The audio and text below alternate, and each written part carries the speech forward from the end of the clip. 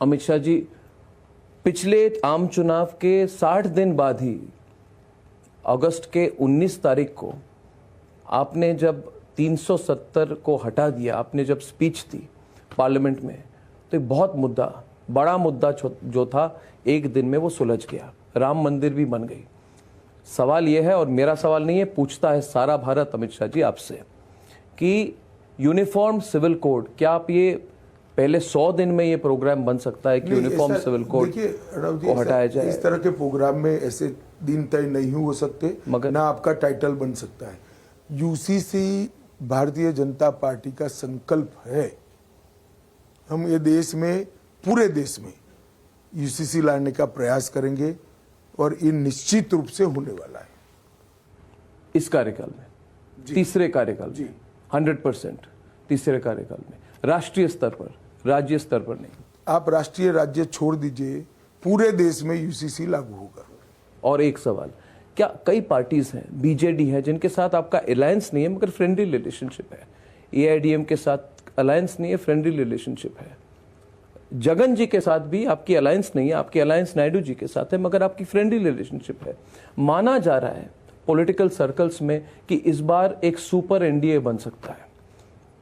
अब चुनाव के नतीजे आ जाने दीजिए, बाद में चर्चा भी होगा, बहस भी होगी और फैसले भी होंगे।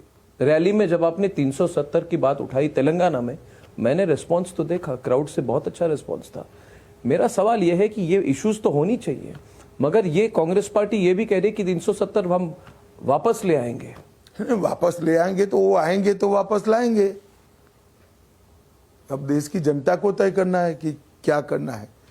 देखिए अर्णव जी, 10 साल में नरेंद्र मोदी जी ने इस देश के गरीब के लिए, किसान के लिए, महिला के लिए, युवा के लिए ढेर सारी चीजें कर चारों क्षेत्र को एक बदहाल स्थिति में से बाहर लाने का प्रयास किया है।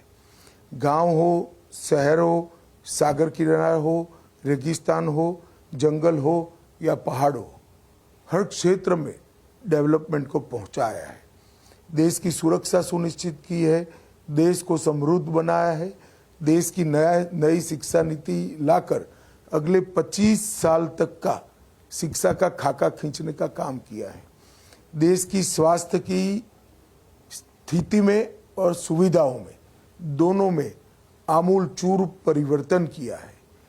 देश की इकोनॉमी को पटरी पर चढ़ाने का काम किया है। नरेंद्र मोदी जी के पास 10 साल का अपना हिसाब किताब भी है और 25 साल का एजेंडा भी है।